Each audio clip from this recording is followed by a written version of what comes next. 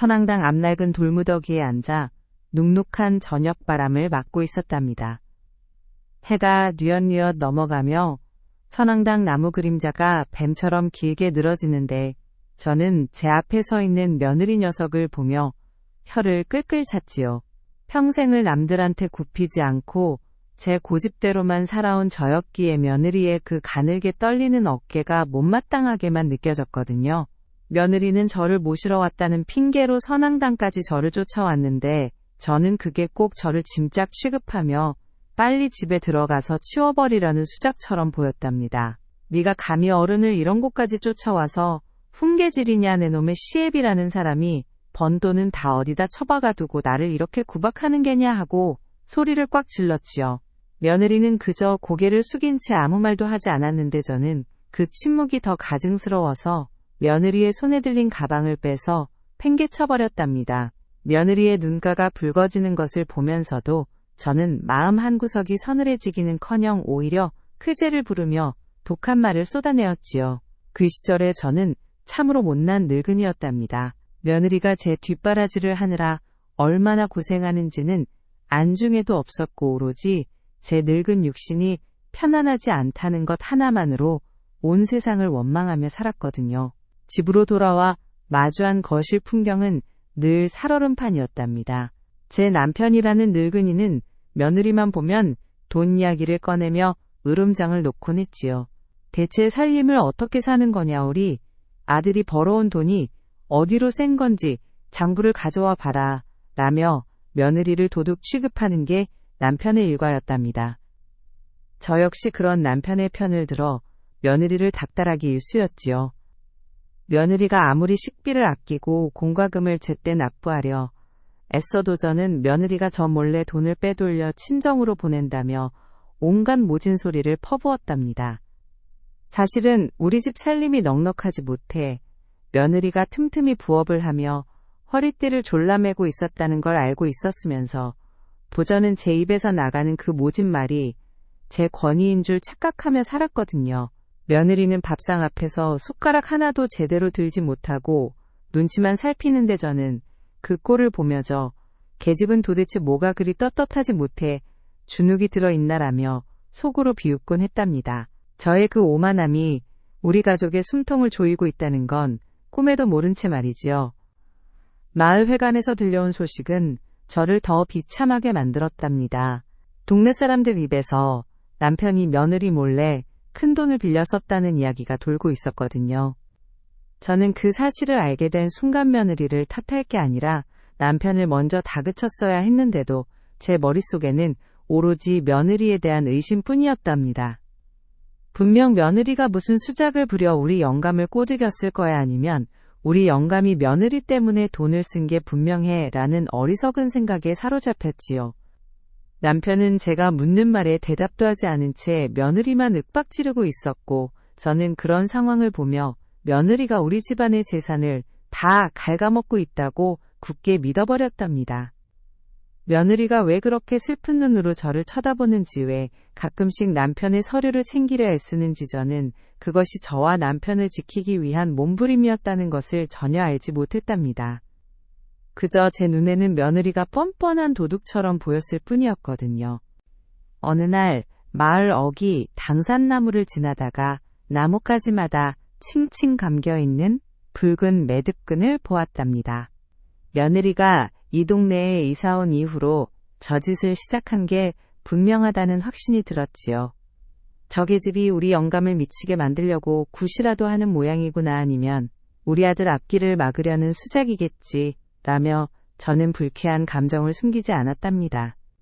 붉은 매듭끈은 바람에 흩날리며 기괴한 소리를 냈는데 저는 그것이 며느리의 저주처럼 느껴져서 당장이라도 가위를 가져와 다 끊어버리고 싶었답니다. 며느리가 왜 굳이 당산나무까지 와서 저런 짓을 하는지 물어볼 생각은 하지도 않았지요.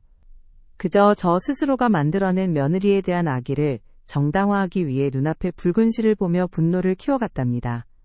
지금 생각해보면 그 붉은 실은 며느리의 간절한 기도가 묶인 자리였는데 저 같은 어리석은 노인은 그것조차 부정으로 몰아세우며 제 마음을 더 썩게 만들었답니다. 병원 앞을 지나다가 우연히 남편과 며느리가 실랑이 하는 것을 보았답니다. 남편은 며느리를 뿌리치며 진료 기록을 숨기기에 급급했지요. 저는 당연히 남편이 며느리에게 병원비를 뜯기고 있다고 생각했답니다. 너희 둘이 지금 여기서 무슨 짓이야 내 돈 가지고 병원놀이 하냐 라며 소리를 지르자 며느리는 파랗게 질린 얼굴로 저를 보았답니다. 남편은 오히려 저를 밀치며 당신은 상관 말고 집으로 가 라고 소리를 쳤지요. 저는 그 모습에서 며느리가 남편을 조종해 제 돈을 빼앗으려 한다는 확신을 가졌답니다. 며느리는 눈물을 글썽이며 무언가 설명하려 했지만 저는 며느리의 뺨을 후려칠 기세로 독설을 퍼부었답니다. 이 뱀 같은 년내가 우리 영감을 병원에 입원시켜놓고 보험금이라도 타먹을 속셈이지? 라며 소리를 질렀을 때 며느리의 그 텅 빈 눈동자는 아직도 잊히지가 않는답니다. 제가 뱉은 그 말들이 얼마나 잔인한 칼날이 되어 며느리의 심장을 찔렀을지 그때는 정말 알지 못했답니다.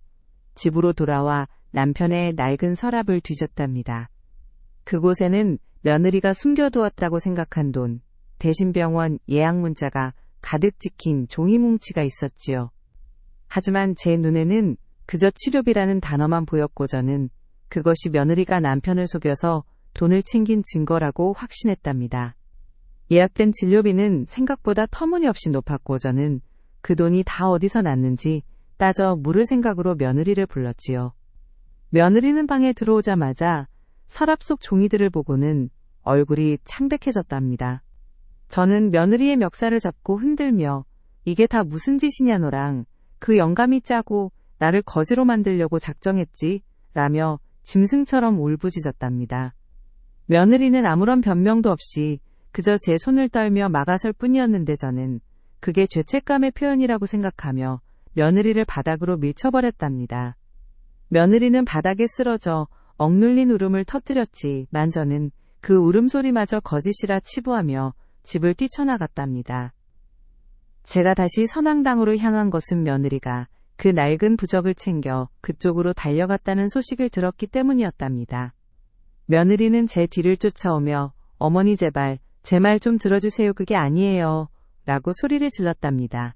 저는 숨이 차오르는 것도 잊은 채 선앙당까지 내달렸지요. 선앙당 앞에는 해가 져서 어둑어둑했고 바람은 더 세게 불고 있었답니다. 저는 돌무더기 위에 서서 며느리에게 당장 그 부적을 내놓으라고 소리쳤지요. 며느리는 숨을 헐떡이며 제 앞에 무릎을 꿇었답니다. 며느리의 손에는 낡고 해진 작은 주머니 하나가 들려 있었는데 그게 바로 제가 그토록 혐오했던 부적이었답니다. 며느리는 떨리는 손으로 그 부적을 펼쳐 보이며 저에게 내밀었지요. 저는 며느리가 저를 해치려는 주술이라도 할까봐 뒷걸음질 쳤지만 며느리의 눈빛은 그 어느 때보다 단호하고도 슬펐답니다. 부적을 열어보니 그 안에는 기괴한 주술 문구가 아닌 낡은 영수증들과 구겨진 종이 한 장이 들어있었답니다.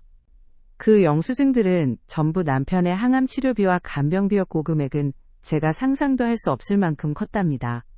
며느리가 그동안 식비를 아끼고 부업을 했던 건남편의 병원비를 마련하기 위해서였고 그 낡은 부적은 사실 병원 기록들과 며느리가 남편의 쾌유를 빌며 적어놓은 기도문이었답니다. 쪽지에는 이렇게 적혀 있었답니다. 어머니가 저를 미워하셔도 괜찮습니다. 아버님이 조금이라도 더 사실 수만 있다면 저는 무엇이든 하겠습니다. 부디 아버님 곁을 지킬 수 있게만 해주세요. 저는 그 쪽지를 읽는 순간 제 손이 바들바들 떨리는 것을 멈출 수가 없었답니다. 제 평생 가장 못된 짓을 저지른 게 누구였는지 제 마음이 얼마나 썩어 문드러져 있었는지 그제야 실감이 났답니다. 그 자리에 그대로 털썩 주저앉아 버렸답니다. 눈물이 쉴 새 없이 흘러나와 며느리의 손등 위로 떨어졌지요. 저는 며느리의 손을 잡고 짐승처럼 통곡했답니다. 내가 무슨 짓을 한 거냐. 이 불효막심한 늙은이가 제 자식도 모자라 며느리까지 죽일 뻔했구나. 라며 바닥을 치며 울었답니다. 며느리는 그런 저를 끌어안으며 오히려 저를 다독여 주었답니다. 며느리 품은 차갑고도 따뜻했지요.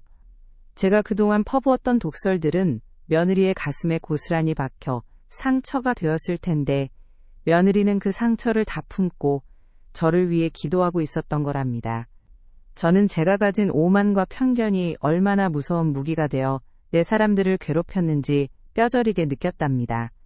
땅바닥에 얼굴을 파묻고 소리를 내어 울면서 저는 지난날 며느리에게 했던 모진 말들을 하나하나 곱씹으며 가슴을 쳤답니다. 일주일이 지난 뒤집안 마루에 며느리와 함께 나란히 앉아 밥상을 마주했답니다.